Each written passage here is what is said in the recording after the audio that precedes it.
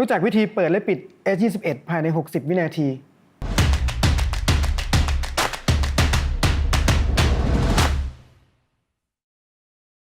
ผมรู้คุณคิดอะไรอยู่ แค่เปิดปิดเครื่องมันจะมีปัญหาอะไรตั้งหนาเชียว แต่ไม่นะครับ วิธีการเปิดปิดอย่างถูกวิธีจะช่วยรักษาเครื่องให้อยู่กับคุณได้นานขึ้น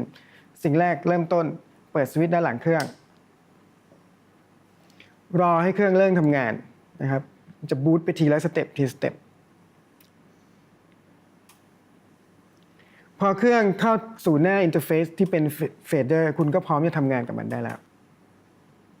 เพียงเท่านี้คุณก็พร้อมจะทำงานได้แล้วครับ จะทำงานอะไรกันก็ได้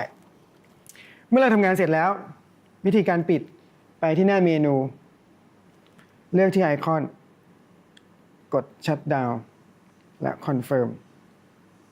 อย่าลืมว่านี่คือคอมพิวเตอร์1 เครื่อง วิธีการปิดอย่างถูกต้องจะช่วยรักษาเครื่องให้อยู่กับคุณได้นานขึ้นไอคอนขึ้นแล้วใช่ไหมครับโอเค